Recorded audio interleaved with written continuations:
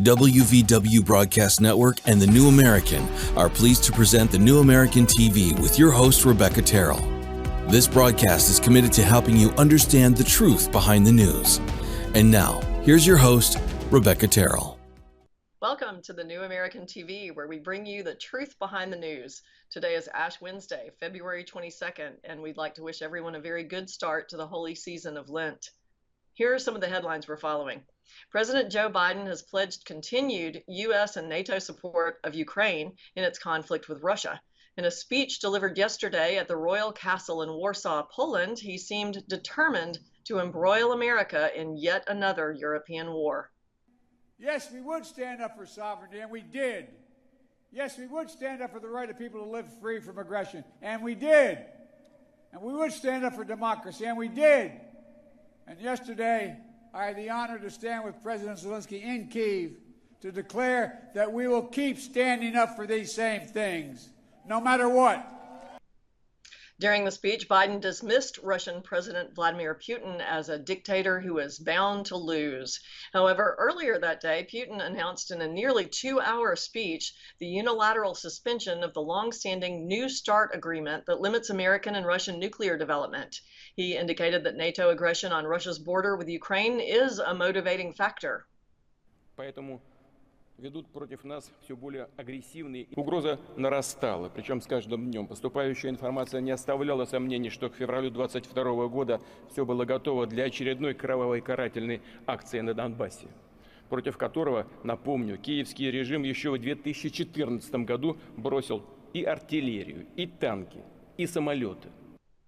Putin insisted that his administration, quote, did everything possible, really everything possible, to solve this problem by peaceful means, end quote.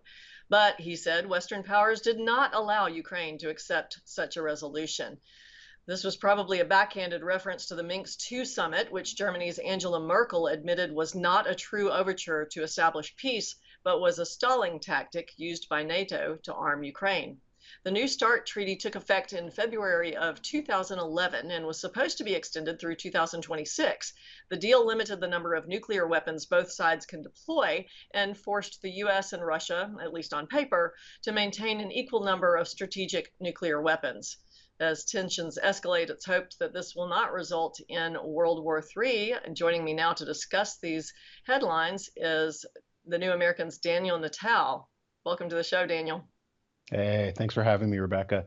Yeah, I mean, just watching that clip of Biden, I mean, the cognitive dissonance of him talking about, dictators taking over countries, and he's banking on the public not remembering that the United States, spearheaded by Biden himself, took over the Ukraine back in 2014 and deposed its democratically elected government and then installed kind of the Vichy government run by Washington D.C. So I mean, the irony there is screaming. So not to be pro-Russian or anything like that, but there are kind of one might interpret it uncharitably as hypocrisies going on there. And also another thing that just occurred to me as I was watching that, the fact that we started this almost as a proxy war, right? And so the NATO wanted the Ukraine basically to inflame Russia, to destabilize Russia, and they were using it much as Taiwan is used against China. And so we were originally going to use them as a proxy, much like in the Spanish Civil War. The Spanish Civil War was the prelude to World War II, and Allied powers tested bombs, Axis powers tested new military maneuvers and stuff, and it was used as a testing ground. So you have this proxy kind of nation, Ukraine, there. But then when Biden is giving them tanks and giving them kind of anti-aircraft artillery banks and everything, they don't have the training to be able to use any of those. So basically, we have our people on the ground in the Ukraine now acting as proxies for our proxies. So there's this bizarre thing where we have to do it while we're pretending they're doing it, but they don't have the logistical capability or training to be able to do it. It's a very strange situation as it's unfolding. And meanwhile, our border is completely open to all of the Mexican drug cartels, and of course, China working through the Mexican drug cartels. How is this of any sense to anyone? All of these billions of dollars in American taxpayer money are going over to Ukraine, and we're left, sitting ducks.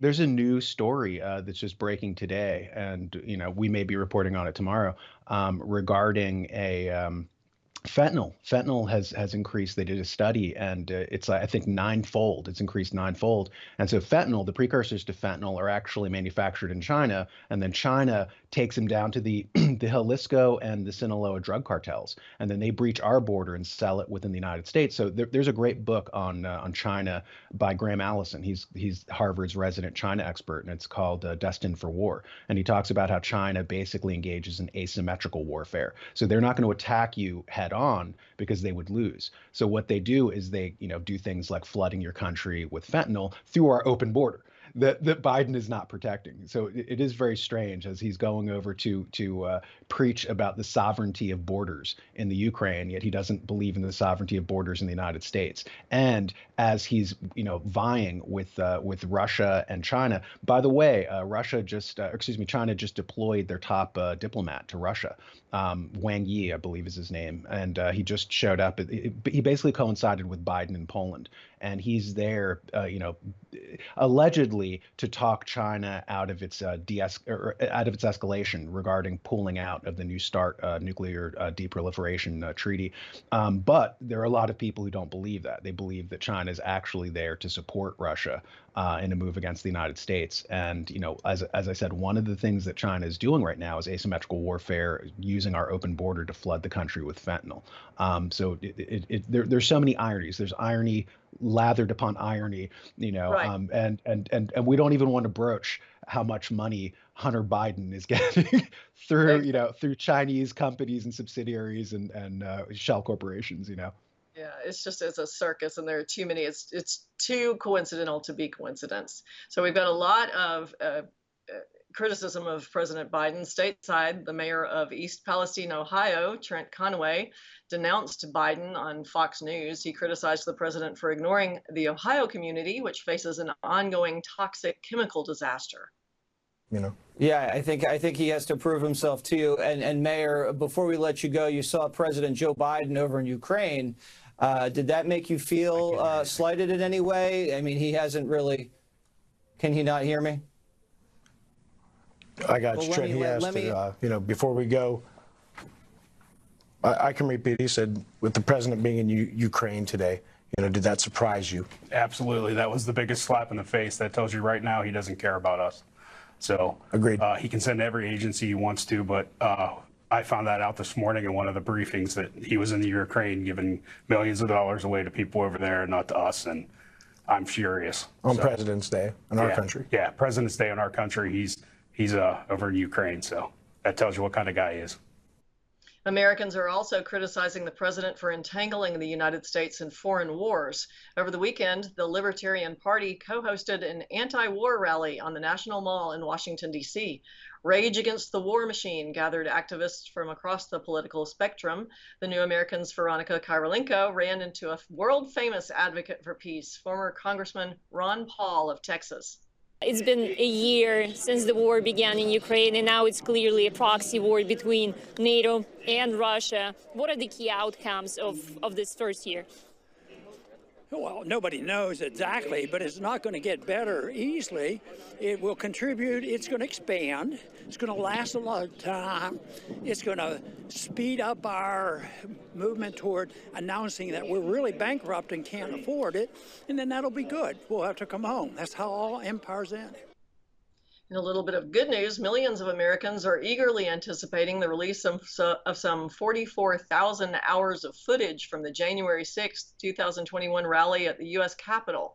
House Speaker Kevin McCarthy gave that video to Fox News host Tucker Carlson this week. So for really more than 2 years now, we've been complaining about, and we think it's justified, the fact that the U.S. Congress has held thousands, tens of thousands of hours of closed-circuit camera footage from the public. They have not released any of it from January 6th. And January 6th, of course, is a transformative event in this country. It's been used to change the country. So there are about 44,000 hours. And we have, you may have read this today, been granted access to that. And we believe that access is unfettered. We believe we have secured the right to see whatever we want to see. So we've been there about a week. Our producers, some of our smartest producers, have been there looking at this stuff and trying to figure out what it means and how it contradicts or not the story that we've been told for more than 2 years.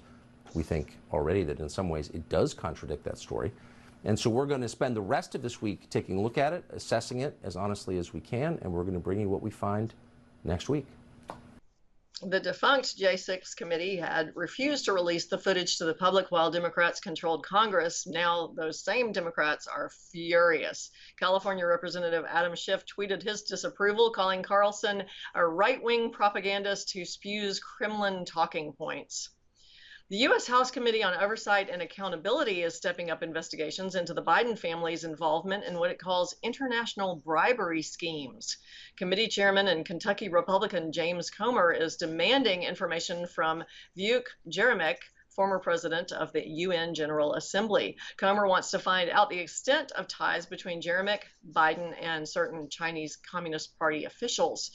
In a letter requesting an interview with a former UN official, Comer cited a December 2015 email Jeremic sent requesting a private dinner engagement between himself, Hunter, and Yi Jianming, one of China's wealthiest businessmen.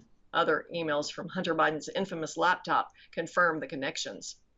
In medical news, birth rates have been plummeting since the COVID jab rollout. Countries with high vaccination rates are experiencing the phenomenon, according to an Epoch Times review of relevant studies. One comprehensive analysis from Denmark examined 18 European countries. It found, and this is a quote, that every single country shows a monthly decline in birth rates of up to more than 10% starting at the end of 2021 and compared to the previous 3 years. This sample graph of data from Germany displays the negative correlation between vaccination frequency and a decline in births 9 months later. Each corresponding graph for the other nations tells a similar story. The authors denied any correlation with COVID-19 infection or hospitalization, instead pointing the finger of blame at the jab. They noted that adverse reactions to COVID vaccines involving female menstrual irregularities and male infertility also point to a causal link. Meanwhile, billionaire financier George Soros argued in favor of blocking out the sun to mitigate global warming. He made the contention during a speech in Germany. Soros, who has channeled millions of dollars to climate groups through his nonprofit Open Society Foundations, said he backed a process of creating white clouds to reflect sunlight away from warming areas of the planet. Sir David has a plan to repair the climate system. He wants to recreate the albedo effect by creating white clouds high above the Earth. With proper scientific safeguards and in consultation with local indigenous communities, this project could help re-stabilize the Arctic climate system, which governs the entire global climate system. During his speech at the Munich Security Conference, Soros said that our civilization is in danger of collapsing because of the inexorable advance of climate change. This comes hard on the heels of the World Economic Forum reposting a study from MIT about the benefits of blocking out the sun. The researchers have been working on a concept that could counter what they call climate change by testing thin film structure bubbles in outer space conditions that could deflect solar radiation. This is in contrast to tech billionaire Bill Gates, who aims to spray dust into the atmosphere, according to Forbes. Gates has patents on technology to block out the sun.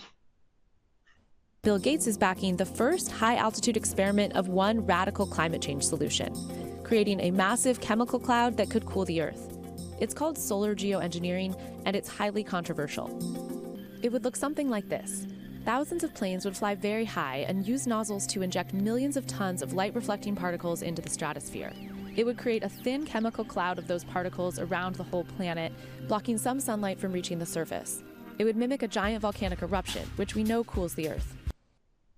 A deeper question is, upon what basis do these men derive the authority to make such decisions regarding a planet that did not elect them to any positions of authority. Daniel, what say you? Yeah, I mean, what we're watching is kind of the collapse of the nation state model as corporations, aggregate more and more power to themselves.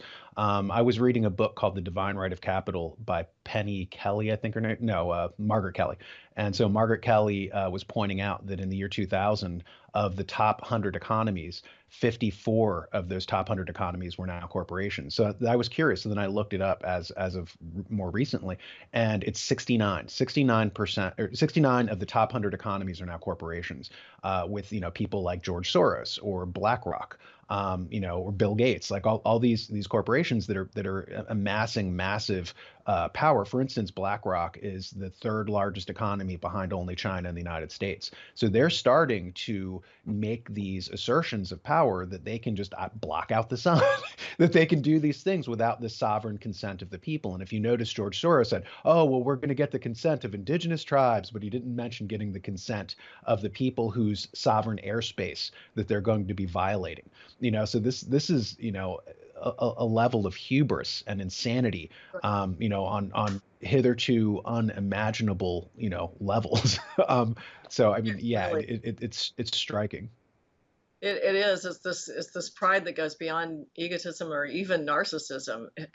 They really do think, I believe, that they're gods. Nobody's pointing out that they're actually finally coming to their senses and blaming the sun, so to speak. Well, also, I mean, the contradictory thing of, oh, if we have pollutants and sulfur dioxide and man-made kind of, smog, that's going to, make the earth warmer. But then they're talking about creating smog to make the earth cooler. So their rhetoric doesn't even match up. But one of the things too, I mean, just to mention corporations like BlackRock that are, behind a lot of this stuff, kind of the abrogation of the rights of nation states and having corporations just take these unilateral decisions, is that in the previous story that you mentioned prior to this, regarding the jab and falling birth rates, this goes back to asymmetrical warfare. BlackRock was actually started with Larry Fink and a gentleman named Schwartzman. And both of them started a corporation called Blackstone. And that started with $3.1 billion of an investment from China, from the Chinese Communist Party. And so in Superclass by David Rothkopf, he says that this investment was not a one-way street. So China expects quid pro quo. And just interestingly, Naomi Wolf, who's a woman of the left, and she's been an outspoken kind of critic of the COVID-19 policy. She said that just recently, she said she was talking to her husband, who was in military intelligence for 12 years. And he said that what is happening is exactly what you would do in asymmetrical warfare to take out an opponent, like the people who were forced, by mandate to take this experimental therapeutic, let's call it. And for instance, first responders, doctors, nurses, people in our military. China's military was not forced to take it, but our military was forced to take it. Also, the intelligentsia, like the Katyn massacre that happened when they assassinated Poland's intelligentsia back in World War II.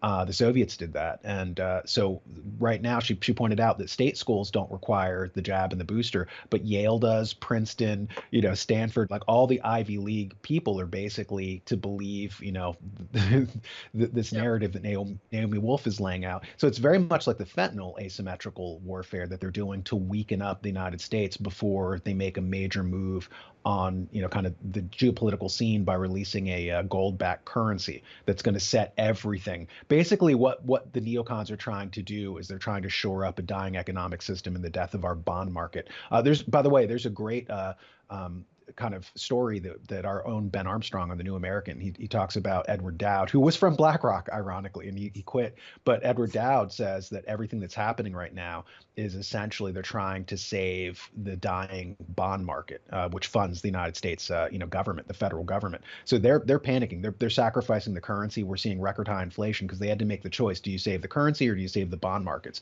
They're trying to save those bond markets. And the only thing that would really throw a wrench into this is if Russia and China China release a gold-backed currency that the rest of the world wants rather than our dying fiat currency. And right now there's a guy named Sergei Glaziev who's working on exactly that. So there's a lot of geopolitical kind of plate spinning right now and a lot of asymmetrical warfare that's going on that the public really isn't. They're seeing them as separate events, separate, unrelated events, but really but everything's related. And we're getting hit from all sides. Daniel, I hate to interrupt you. We are out of time, but thank you so much for your insights, and we will see everybody back on the other side of this break. Hi, I'm Alan Keyes. I'm the host of IMTV's daily talk show about news and events in America. And I want to say a good word for the New American magazine. Not only because Alex Newman has joined us as somebody who is periodically hosting a show, but because New American magazine represents a alternative media that is willing to tell people the truth. With so much fake news spreading about, and the fact that right now this country's in an existential crisis, we remember who we are and where we come from and what our principles are, or we die. Reading New American magazine can keep you up to the minute on the issues that are challenging us as a people and on which that survival hangs. You can check it out and subscribe at www.thenewamerican.com. As a lumberjack, I've been cutting wood for decades. My job is pretty straightforward. I see the wood, I chop the wood. My axe goes through every time. You remember when everyone bought all the toilet paper? And they wanted me to wear these things? And someone invested a lot of money into this stuff. They say I'm part of a global plan. I don't think so. It's too hot, it's too cold. You know what? The weather changes. We even hear crazy ideas on how kids should learn. Here's the news, Dad. Is it, son? Is it? What about this one, Dad? Nope. It's hard to tell what's real and what's fake these days. There's just too much baloney out there. At the New American, they cut through the baloney and give me the truth. Visit thenewamerican.com and subscribe to get 50% off the cover price. And if you want an even better deal, use the promo code 10OFFSUB. Again, that's 10OFFSUB for more than 50% off. Welcome back to the New American TV, where we bring you the truth behind the news. And right now, we're going to be bringing you some interviews that our own Veronica Kirilenko of the New American magazine gathered this weekend at the Rage Against the War Machine rally in Washington, D.C. Let's take a look. Hi, everyone. This is Veronica Kirilenko of the New American magazine. We're in Washington, D.C. attending Rage Against the War Machine. And here with us today, we have Tara Reid. It's great to see you. What brought you here? I'm one of the speakers, and we feel strongly about speaking out right now against this proxy war that U.S. and NATO is fighting against Russia via Ukraine. We've spent $100 billion in weapons and aid. It needs to stop. We're asking to free Julian Assange, abolish NATO, and to investigate Joe Biden for the financial crimes. And I've had personal experience as I came forward about what happened when I worked for him. I hope that there is a congressional investigation into what he did to me, and I will go under oath to talk about it. So we're here for the bigger issue of preventing more endless war, and also, you know, we're close to nuclear war, closer than we've ever been. This is, you know, a monumental moment in history where we all need to come together. So you have all these people from different political parties, different ideas and backgrounds, all saying the same thing. We don't want a war with Russia. We don't want a war with China. They're not the enemy. The enemy is the military-industrial complex. Are you sure that they do not want to have war with us? No, I don't think so. NATO has been encroaching on Russia's borders for 10 years, a decade. All they wanted was the Minsk agreements to be upheld. They wanted Ukraine to remain neutral. And what this has done is, I believe, in my opinion, it's a money laundering scheme for weapons manufacturers. This is not the United States of Raytheon. This is the United States of America. And we need to get our country back. How do we push back against the military-industrial complex that is running the show here in Washington, D.C.? By getting our representatives to realize, our politicians to represent us and know that we don't want this endless war. We don't want it. We need to remove the incentive of all this money going to war and to them and into the pockets of the elites. But it seems that both of the parties are captured by the military-industrial complex, right? Yeah, that's why it takes moments like this where we're all coming together as people and talking about how we don't want to be in an endless war. We don't want any more people being used as cannon fodder. We don't want the Biden administration to engage in more foreign adventures. We need help here. I mean, look what just happened in East Palestine, Ohio. It's the biggest ecological disaster probably in history right now that's happening. Has Joe Biden even visited? No, he hasn't even gone there, and the people are suffering. A whole town may have been destroyed. I mean, we need our infrastructure here. So link how that $100 billion could have helped, regular everyday Americans. The risk of nuclear apocalypse and the incredible damage around the world and in Europe being done by this war in Ukraine. I'm here to oppose any war anybody's willing to oppose, in this case, the war in Ukraine. But there are demands here of this rally to abolish NATO, to abolish the CIA, to defund the militaries. I mean, these are major steps toward the world we need to survive. Why would you want to disband NATO at this point in time? Because our European allies are probably not feeling safe right now with everything that Russia is doing in Ukraine. Yeah, they're not feeling safe because there's a war in Ukraine that could be ended and long since could have been ended, and which the expansion of NATO contributed a great deal, predictably and knowingly, to creating.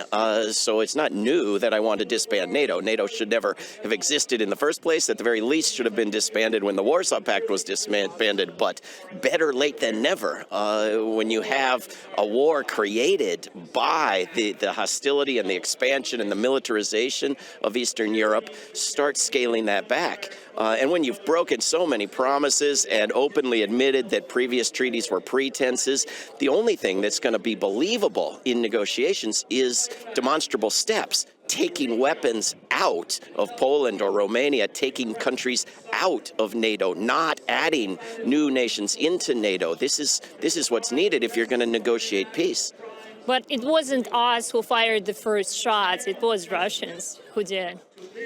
Well, I don't know who us is. I'm an individual who identifies with every person on Earth. I assume you're speaking as the Pentagon spokeswoman when you say us. But for me, the first shot, of course, you could date back to the coup in 2014 or before. You certainly want to look at the 8 years of violence in Donbass. And of course, you want to look at the horrific invasion just about a year ago now by Russia.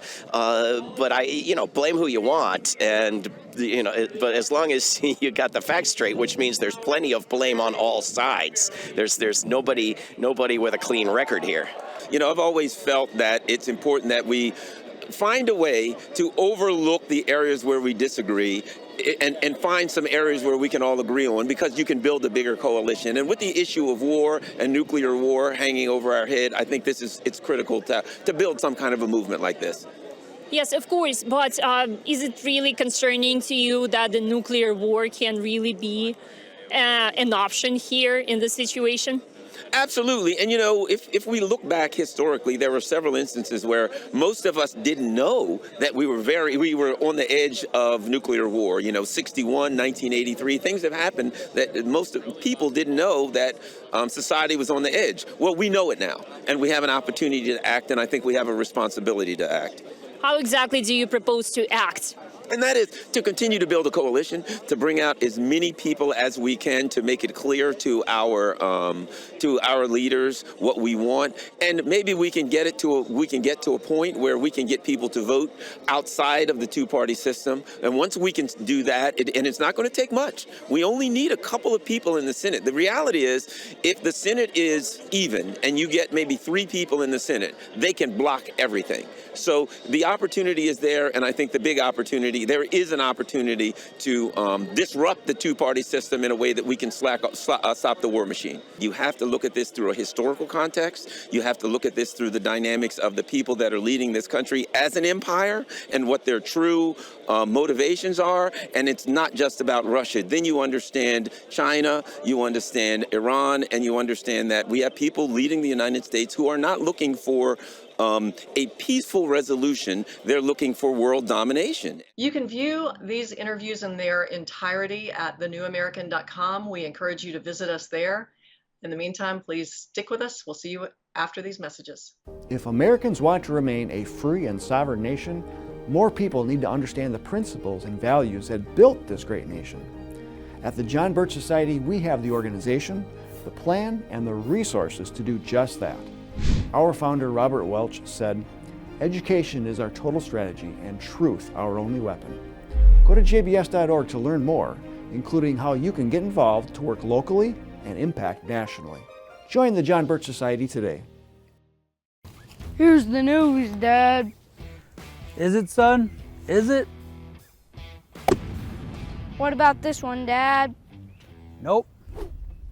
It's hard to tell what's real and what's fake these days.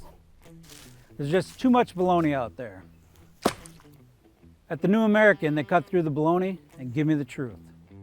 The truth is hard to find, but the New American has it. Check it out at thenewamerican.com. All right, parents, listen up. We've all seen the countless examples of how radical leftists have been destroying American schools. It's no longer just about the terrible math and reading levels. Now, radical left teachers birthed from liberal universities are forcing gender indoctrination in kindergarten. They're teaching lessons on white guilt. Freedom Project Academy has perfected live online learning over the course of a decade. I get a ton of great feedback about this program, a ton.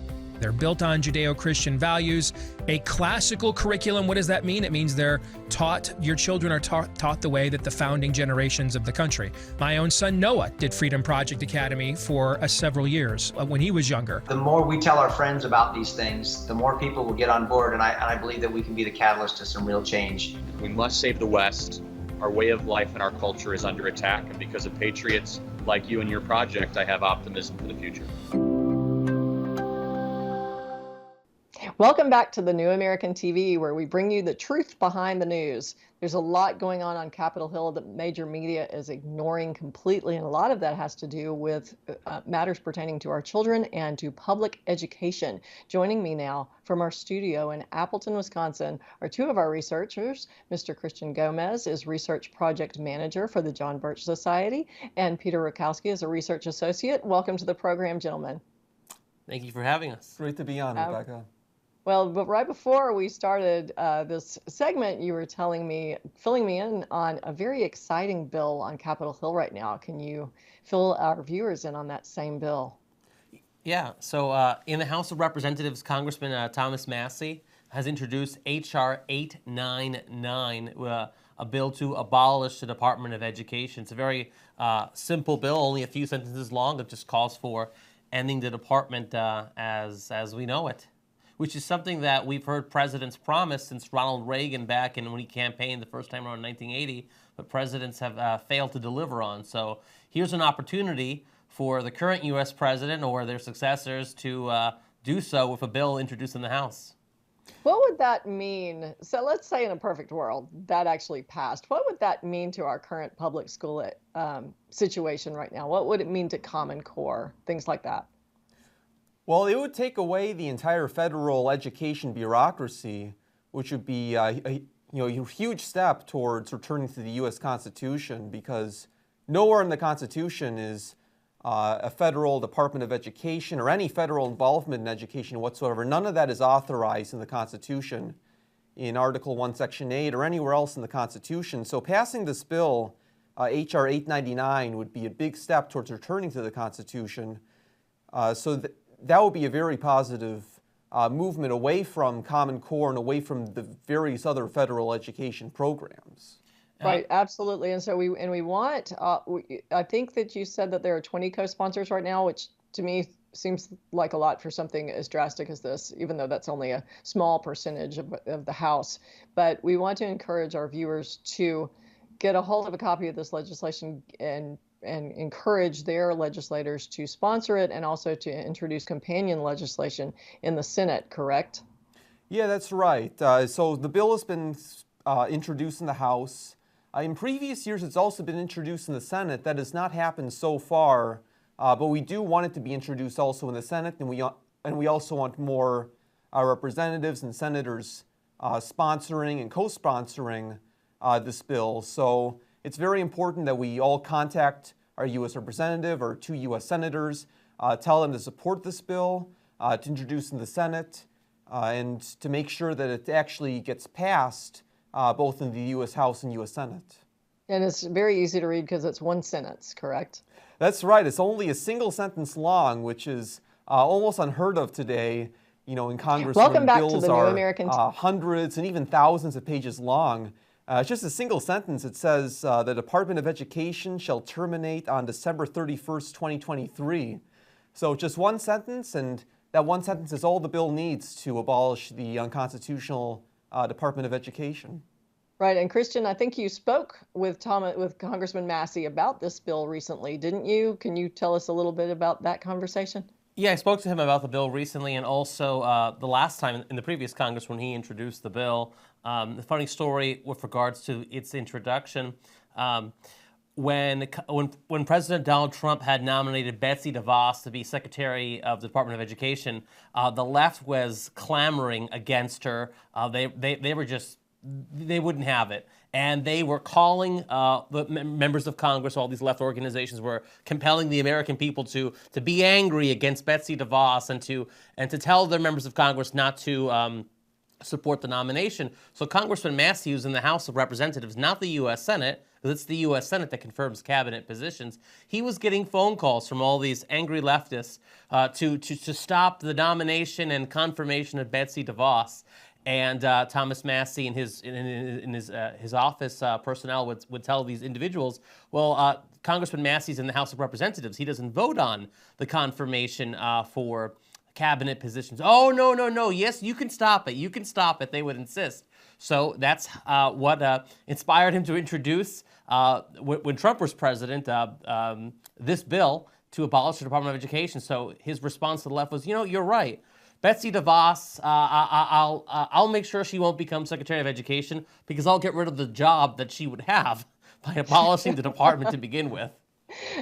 Actually, that story also contains a real proof that we do need to abolish the Department of Education and really public schooling altogether, because those people who were arguing that have such a profound lack of understanding of basic civics, and they're probably products of our public school, wouldn't you say? Absolutely. Yeah, that's exactly right. If they think that the House of Representatives can vote on cabinet positions, they didn't get a good education. Now, and I said that about abolishing public school altogether because really our system is broken. Wouldn't you agree with that? And I know that there are, Peter, you mentioned before we went on air that a number of states are pushing back too against these, Common Core and everything that comes out of it, the white shaming and the revisionist history and all this gender confusion. These are all direct results of our public education system. Yeah. The entire government school system was originally designed to promote collectivism and socialism among the youth in this country. So we have people like Horace Mann and John Dewey in U.S. history back in the 19th and early 20th century who were very strong proponents of public schools, specifically for that purpose, promoting collectivism among the youth, which would ultimately reshape this country in a very strongly Marxist and socialist direction. So the public school system was originally intended to promote that. So the system cannot be reformed. It cannot be rescued because it was originally intended to be a corrupt Marxist collectivist system. So ultimately, state legislators should defund and abolish the government school system just in general. They should stop throwing money at the system. Right now, public schools across the United States, the average amount of money spent per student is about $15,000, which is more than almost any other country in the world, even developed countries. And still, the state of education in this country is an absolute disaster.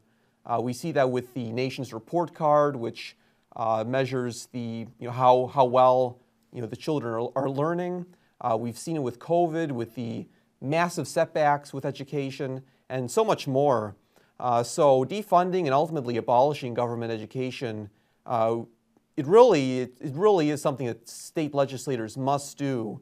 There are some bills that would begin to push back against that. For example, in West Virginia, there's a bill that would abolish Common Core in the state. There are some other states that have pushed back against that. But ultimately, state legislators need to fully go back to what we had when this country was founded, which was no government involvement in education.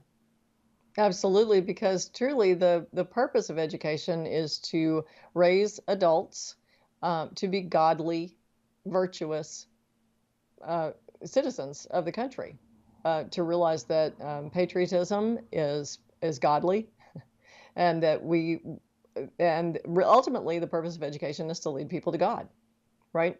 If it's not leading people to God, it's not education, it's brainwashing.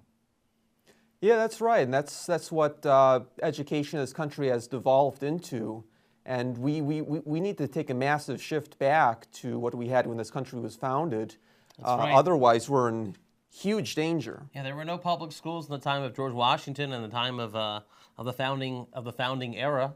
We don't need public education now. Public education creates a system of conformity and social pressures. I mean, we talk about how children are committing suicide because of bullying. There was that terrible story a week ago or so with the young girl who was bullied and committed suicide that same day. We can talk about the effects of rampant drug use, or we can talk about how children commit suicide because of social pressures from social media, not getting enough likes or whatever. Well, all of these problems, well, maybe not all of them, but a grand majority of that wouldn't exist if you didn't have public schooling, if kids are just being taught at home, whether by their parents or through an online classical education like Freedom Project Academy, which offers a far better education alternative than what the public schools could ever offer. Even if you put the so-called right people in charge of the public schools, it won't fix the problem. Exactly. Peter, how can our viewers get a hold of the legislation that you've been talking about and act on it? Where can they find that online? Yeah, we have legislative alerts on jbs.org. Specifically, our page for legislative alerts, jbs.org/alerts. And we have legislative alerts both for the federal alert, for H.R. 899 to abolish the Federal Department of Education. And then we have another alert for all 50 states, for the state legislators to defund and ultimately abolish the government school system. And so, yeah, both of those are on jbs.org, and they're very easy to use. So we encourage everyone to go on jbs.org and use those alerts to contact your state legislators. Absolutely, and you can you can make yourself the go-to for your state legislator and for any of your elected officials on these particular issues, and we have all that information right there at jbs.org. It doesn't take a college degree to understand all of these matters. You can also find at jbs.org the congressional scorecards for each of the legislators that will show you how they're voting on education issues, along with other important spending bills, right? Where do people find that? Yeah, the state scorecards and the congressional scorecards, those can be found on either thenewamerican.com under the tab that says Freedom Index, or on thefreedomindex.org. Okay, wonderful. We're giving people a lot of information all at once, so we'll be repeating those URLs for everyone soon.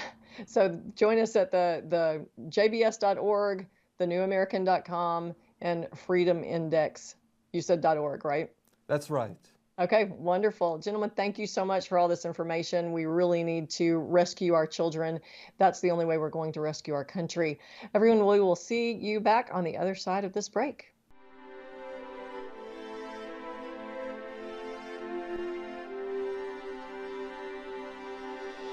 Life, liberty, and the pursuit of happiness. The Declaration of Independence proclaims God-given rights, and we intend to protect them.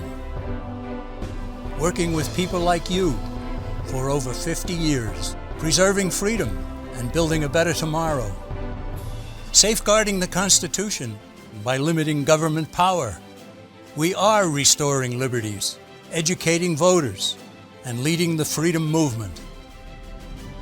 Join with us. United, we will defend our rights. We are all Americans. We are the John Birch Society.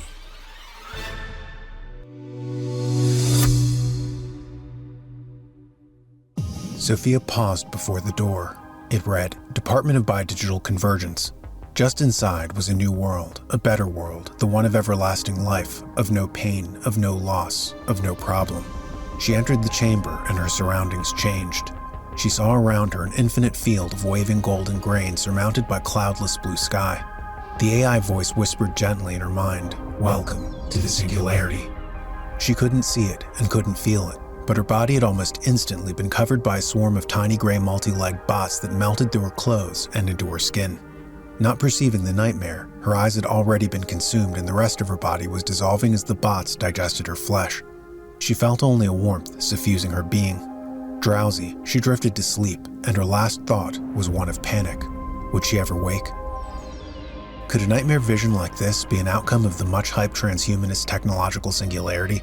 Enter the world of the future as illuminated by the experience of the past in Endgame, the new book by Dennis Barrett, the publisher of the New American Magazine, and find out how the disastrous COVID pandemic response fits with the technocratic elite's thirst to create a transhumanist utopia.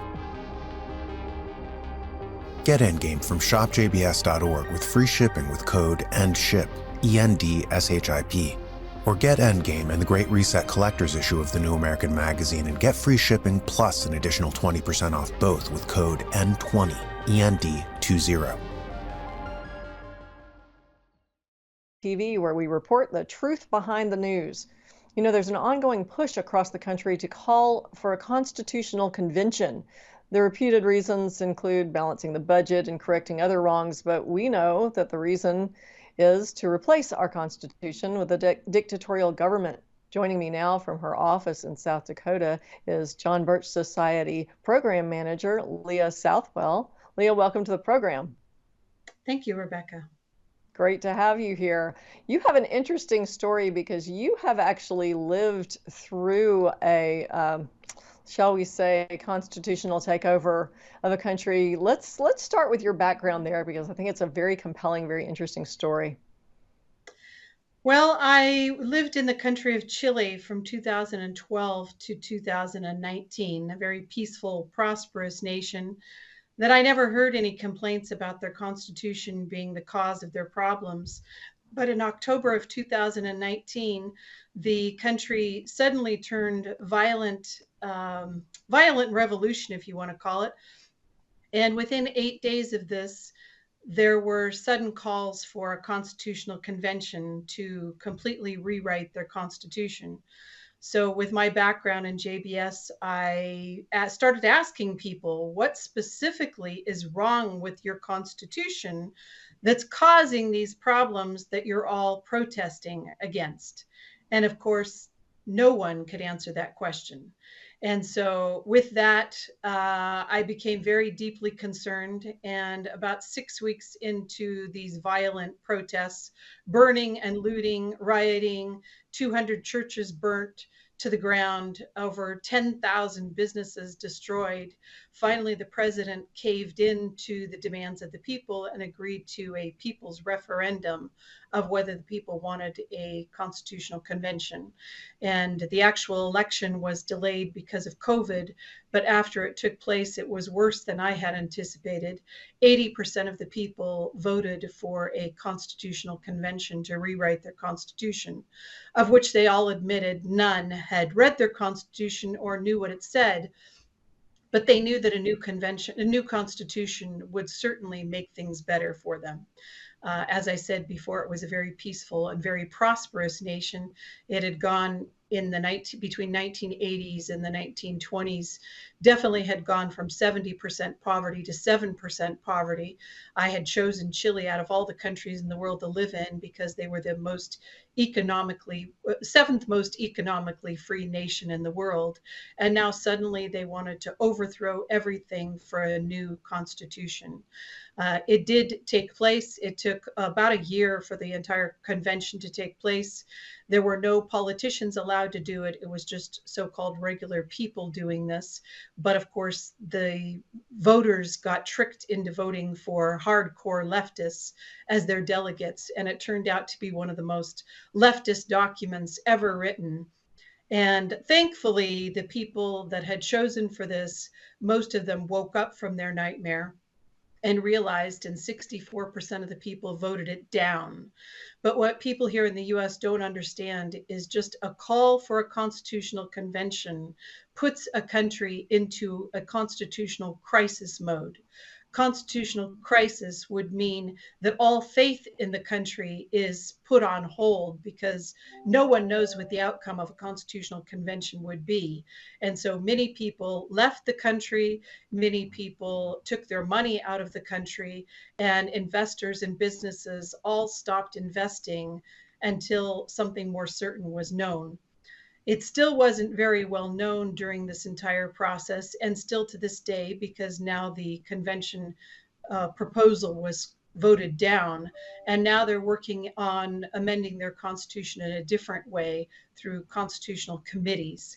But it still puts the country into tremendous doubt and insecurity, and that is something that the good conservative people who believe that this is minor thing, it's just a regular meeting, what they don't understand is it's much more serious. And it's not just something that will affect this country, but because of the dollar, it will actually have an impact on the entire world, and the entire world would be waiting with bated breath of what would come out of a constitutional convention. And also involvement, attempts to be involved in the convention would be something that the entire world would attempt to be a part of, because it would have an impact on them also. Right. And so now you are back in the States and you live in South Dakota and you work for the John Birch Society, organizing various chapters throughout the states of, let me see, you said South Dakota, Wyoming, Colorado, Montana. Goodness, you have such a wide territory. You're like the missionaries of old, right? Yeah. And so when you're working with all of these local chapters of the John Birch Society on this constitutional issue, what are some of the action agenda items that are working? I think involvement of our members does make a difference, as much as we'd like to think that it doesn't. Sometimes these legislators have been convinced that a convention is safe and it's something that they should do, and they've fallen for the trap of at least we're doing something. It's the wrong thing, and it's not going to get to the root cause of the problem at all, but they feel like they're doing something. Our members have done a tremendous job in all of the 3 states that I'm fighting it in, and that impact that they've had has made a difference in flipping some of those legislators who've fallen for this and are fighting hard for it. So it does make a difference that our members do meet with these legislators, that they present them with the facts, that they use the tools that we offer them to give these legislators the information that they need to make a well-informed decision. Okay, so how can people find out if their particular state has called for a constitutional convention? Call them, ask them yourself. They are your representative. I think too many people are influenced. They think that their legislator is above them, that isn't accessible to them. But especially in these smaller states, we often have their cell phone number. In these smaller states, they don't have offices.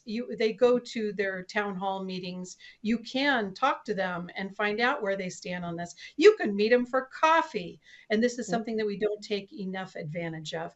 And I also have to say, for the first time, at least in South Dakota, the representatives there were telling me that for the first time, they've gotten more opposition to a convention than they ever had before. And they're getting more opposition than they are in favor of a convention. So we are making a difference. That's such an encouraging thing to hear, that people are waking up. Do you think that that's strictly because of COVID, or what's causing that resurgence? I think it's only strictly because of the Birch Society and Eagle Forum and a few other organizations out there that are educating people. This is not a topic that regular people know anything about unless you're a Bircher or a Eagle Forum or a Campaign for Liberty person. This is not something that you would normally hear or learn about. But the goal of the members of all of these organizations is to educate others. And so I think we're finally being successful at educating other people. Right. I think probably one of the most important things to point out is the Constitution already gives us the provision of amending it. So there is no reason to scrap the whole document. What are some of the reasons that these conservatives are saying that it's a good thing? I think that's probably our the main enemy right now is all of the conservatives that are pulling for a constitutional convention. Well, I think many of them don't even know that the Article 5 gives us two methods. So what's wrong with the first method that we've used 23 times already successfully? But their argument is that they are out of control and they will never do anything to rein themselves in. But I think with pressure from the people, they would. But again, it's not the Constitution that is causing the problems of an out of control federal government. The problem is the lack of adherence to and the lack of understanding of the Constitution. Where we have done our Constitution is the Solution workshops, all of those people turn to our side and understand the reality now once they learn all the aspects of the Constitution, that their whole goal is to rein in the federal government if we only were to apply them, but we're not applying them because we don't know them ourselves. Right, and people also don't have a comprehension of the principle of nullification, which is enshrined in Article 6 of the Constitution, which basically says that anyone, our state legislators, our local elected officials, even our county sheriff, can say absolutely no to any federal dictates that are handed down that are contrary to the Constitution. That's another aspect of this con that we're trying to educate the populace and educate our locally and state elected representatives. It's not just their ability to do it, it's their duty to do it. It's their duty to protect us from an overreaching federal government. Leah, we only have a short time left. I want to give you a chance to tell people how to reach out and find more and get in contact with you as well. Well, jbs.org has a whole section on learning and understanding what this Article 5 calls for Article 5 convention are. Please do learn, study up on this, become good at being able to debate and dispute the people who are promoting this, even though they're well-intended. They really are well-intended, at least most of the local people that we're referring to, the local conservative legislators, I think are well-intended, but they don't understand the consequences. So get good at understanding the debate, use the tools that we provide, and reach out and host your own Constitution is the Solution workshops. When we understand that the Constitution holds all of the methods for us to rein in this federal government, if we only knew it and if we were only applying it. So definitely learn more about it on jbs.org. Purchase the materials that we have to share with other people. And if anybody specifically wants to get in touch with me, they're welcome to email me. It's lsouthwell@jbs.org. Wonderful. Leah, thank you so much for your time today. And we're out of time today. We will see everybody back here tomorrow for the New American TV. And we encourage you to visit us in the meantime at thenewamerican.com.